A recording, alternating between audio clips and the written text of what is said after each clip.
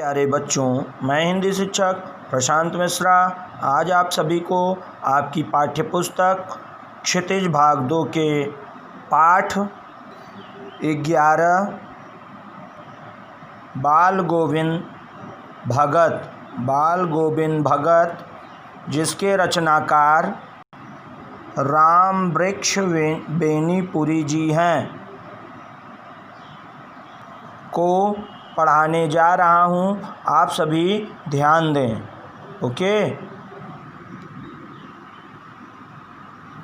बाल गोविंद भगत मझोले कद के गोरे चिट्टे आदमी थे।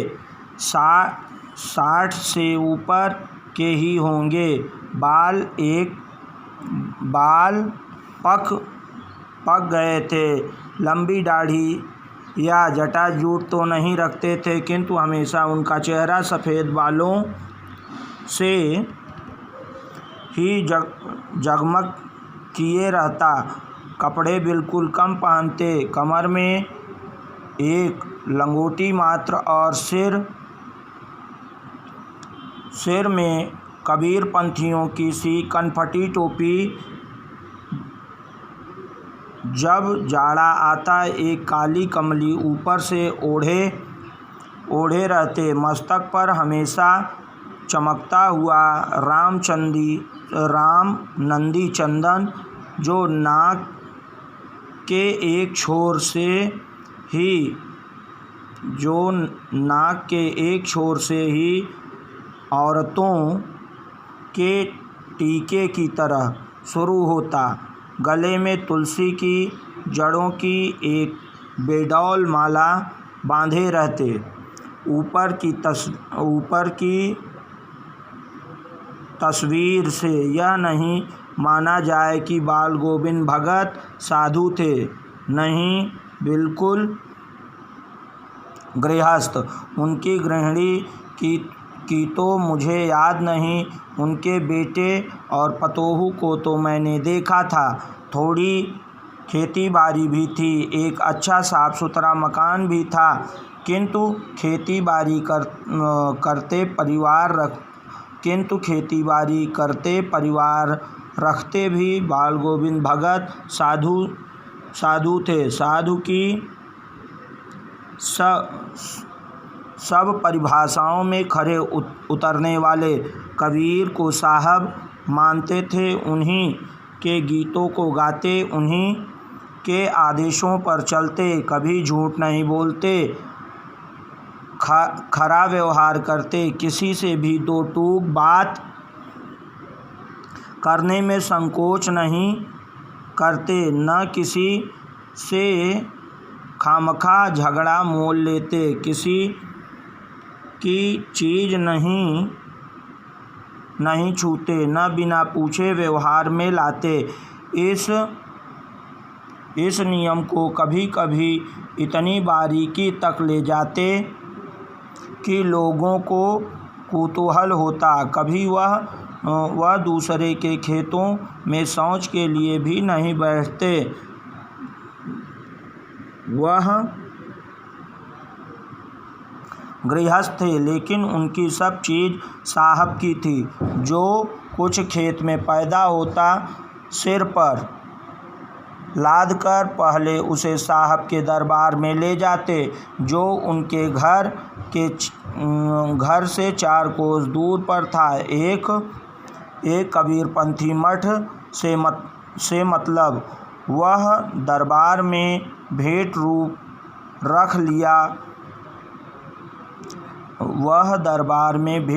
रख लिया जाकर प्रसाद रूप में जो उन्हें मिलता उसे घर लाते और उसी से गुजर चलाते। इन सब के ऊपर मैं तो मुग्ध था। उनके मधुर गान पर जो सदा सर्वदा ही सुनने को मिलते। कबीर के वे सीधे साधे पद जो उनके कंठ से निकलकर सजीव हो उठते। आषाढ़ की रिमझिम है, समूचा गांव खेतों में उतर पड़ा है। कहीं हल चल रहे हैं, कहीं रोपनी हो रही है। धान के पानी भरे खेतों में बच्चे उछल रहे हैं। औरतें कलेवा लेकर मेड़ पर बैठी हैं। आसमान बादल से घिरा, धूप का नाम नहीं, ठंडी पुरवाई चल रही है। ऐसे ही समय आपके कानों में एक स्वर तरंग झंकार सी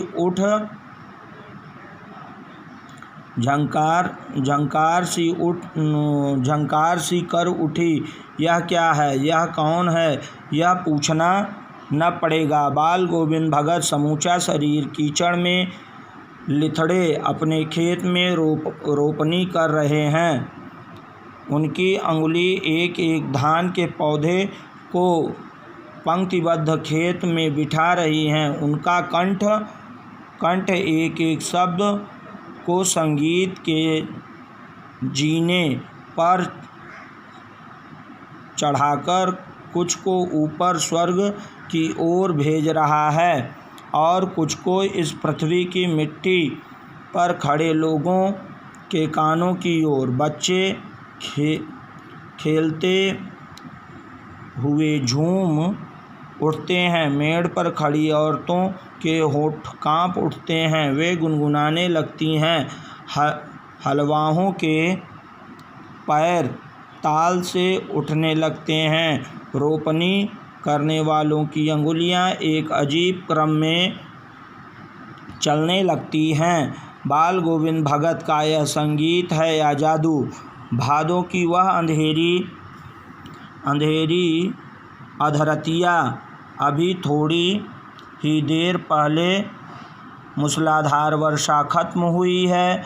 बादलों की गरज, बिजली की तड़प में आपने कुछ नहीं सुना हो, किंतु अब झिल्ली की झंकार या दादुरों की टर्र टर्र, दादुर मतलब मेढक, दादुरों की टर्र टर्र बाल गोविंद भगत के संगीत को अपने कोलाहल में डुबो नहीं सकती। उनकी खंजड़ी डिमक डिमक बज रही है और वे गा रहे हैं। गोदी में पीवा चमक उठे सखियाँ, चिहुक उठे ना। हाँ पिया तो गोद में ही हैं, किंतु वह समझती है वह अकेले हैं। चमक उठी है, चिहुक उठती है उसी भरे बादलों वाले भादों की आधी रात में। उनका यह गाना अंधेरे में अकस्मात कौंध उठने वाली बिजली की तरह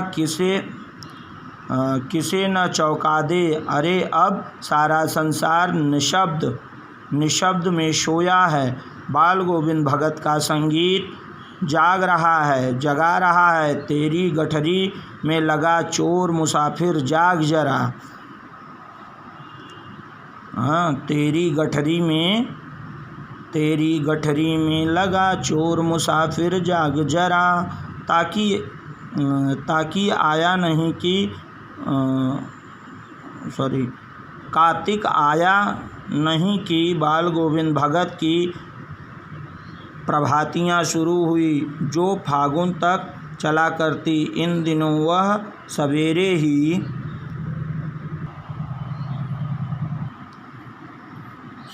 ही उठते, न जाने किस वक्त जाकर वह नदी स्नान को जाते। गांव से 2 मील दूर वहाँ से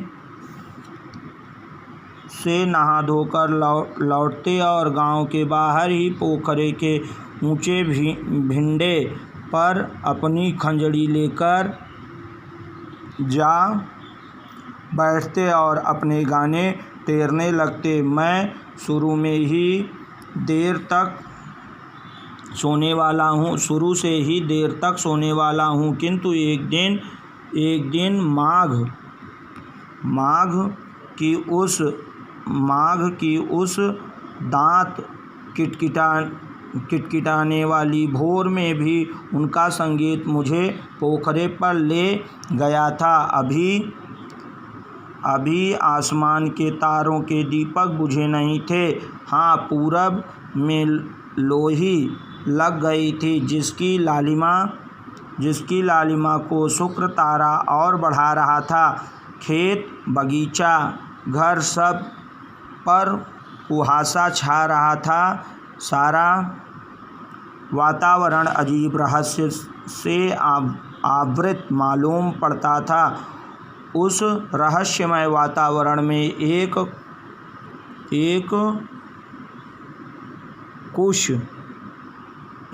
कुश की चटाई पर पूरब मुँह काली कमली ओढ़े बाल गोविंद भगत अपनी खंजरी लिए बैठे थे।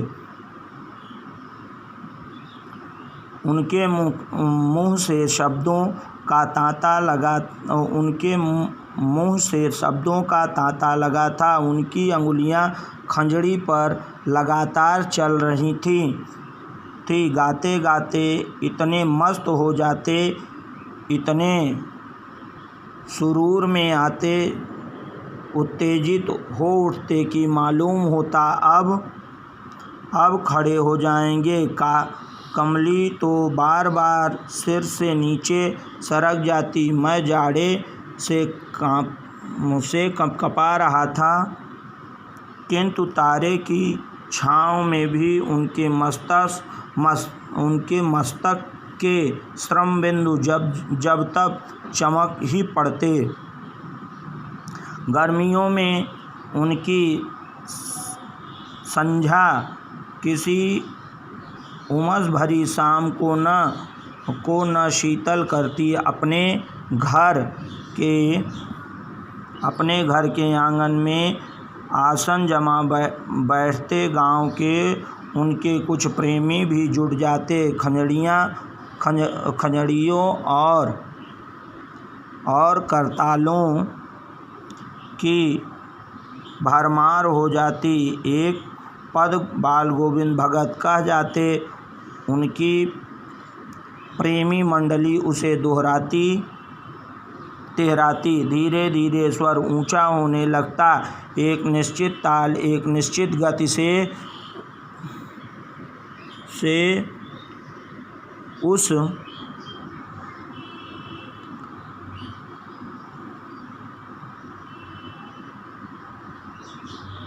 उस ताल स्वर के चढ़ाव के साथ श्रोताओं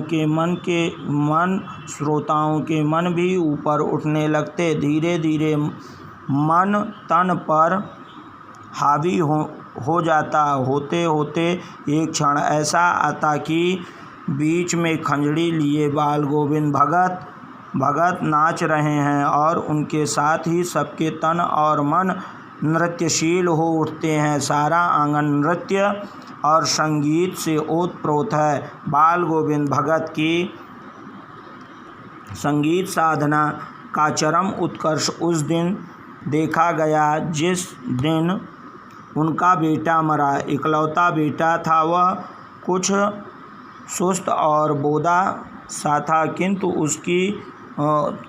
किंतु इसी कारण बाल गोविंद भगत उसे और भी मानते थे। उनकी समझ में ऐसे आदमियों पर ही ज़्यादा नज़र रखनी चाहिए या प्यार करना चाहिए, क्योंकि ये निगरानी और मोहब्बत के ज़्यादा हकदार होते हैं। बड़ी साध से उसकी शादी कराई थी। पतोहू बड़ी ही सुभग और सुशील मिली थी। घर की पूरी प्रबंधिका बनकर भगत को बहुत कुछ दुनियादारी से निवृत्त कर दिया था। उसने उसका भी कर दिया था।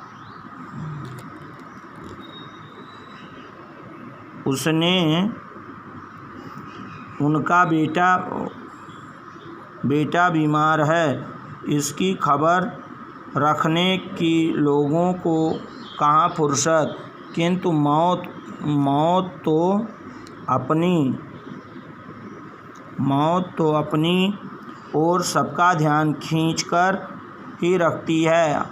हमने सुना बाल गोविंद भगत का बेटा मर गया। कुतूहलवश उनके घर गया, देखकर दंग रह गया। बेटे को आंगन में एक चटाई पर लिटाकर एक सफ़ेद कपड़े से ढक रखा है। वह कुछ फूल तो हमेशा ही रोपते रहते। उन फूलों में से कुछ तोड़कर उस पर बिखरा दिए हैं। फूल और तुलसी दल भी। सिराने एक चिराग जल रहा है और उसके सामने जमीन पर ही आसन लगाए गीत गाए चले जा रहे हैं। वही पुराना स्वर, वही पुरानी तल्लीनता। घर में पतोहू रो रही है, जिसे गांव की स्त्रियां चुप कराने की कोशिश कर रही हैं, किंतु बाल गोविंद भगत गाए जा रहे हैं। हाँ, गाते गाते कभी कभी पतोहू के नज़दीक भी जाते और उसे रोने के बदले उत्सव मनाने को कहते। आत्मा परमात्मा के पास चली गई। बिरहनी अपने प्रेमी से जाकर मिली। भला इससे बढ़कर आनंद की कौन बात। मैं कभी कभी सोचता, यह पागल तो नहीं हो गए, किंतु नहीं, वह तो कुछ कह रहे थे। उनमें उनका विश्वास बोल रहा था, वह चरम विश्वास जो हमेशा ही मृत्यु पर विजयी होता आया है। बेटे के क्रियाकर्म में तूल नहीं किया। पतोहू से ही आग दिलाई उसकी, किंतु ज्यों ही श्राद्ध की अवधि पूरी हो गई, पतोहू के भाई को बुलाकर उसके साथ कर दिया यह आदेश देते हुए कि इसकी दूसरी शादी करा देना। इधर पतोहू रो रो कर कहती, मैं चली जाऊंगी तो बुढ़ापे में कौन आपके लिए भोजन बनाएगा। बीमार पड़े तो कौन एक चुल्लू पानी भी देगा। मैं पैर पड़ती हूँ, मुझे अपने चरणों से अलग नहीं कीजिए। लेकिन भगत का निर्णय अटल था। तू जा, नहीं तो मैं ही इस घर को छोड़कर चल दूँगा। यह थी उनकी आखिरी दलील, और इस दलील के आगे बेचारी की क्या चलती। बाल गोविंद भगत की मौत उन्हीं के अनुरूप हुई। वह हर वर्ष गंगा स्नान करने जाते। स्नान पर उतनी आस्था नहीं रखते जितना संत समागम और लोक दर्शन पर। पैदल ही जाते करीब 30 कोस पर गंगा थी। साधु को संबल लेने का क्या हक, और गृहस्थ किसी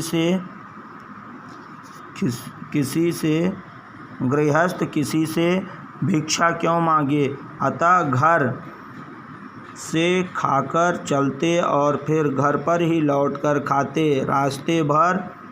रास्ते भर खंजड़ी बजाते गाते और प्यास लगती पानी पी लेते। 4-5 दिन आने जाने में लगते, किंतु इस लंबे उपवास में भी वही मस्ती। अब बुढ़ापा आ गया था, किंतु टेक वही जवानी वाली।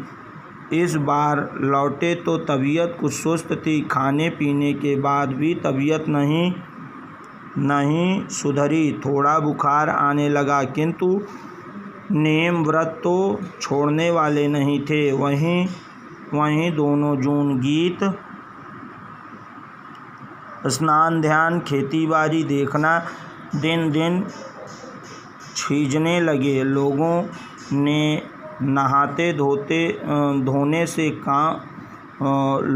नहाने धोने से मना किया, आराम करने को कहा, किंतु हंसकर टाल देते रहे। उस दिन की संध्या में गीत गाए, किंतु मालूम होता जैसे तागा टूट गया हो, माला का एक एक दाना बिखरा हुआ।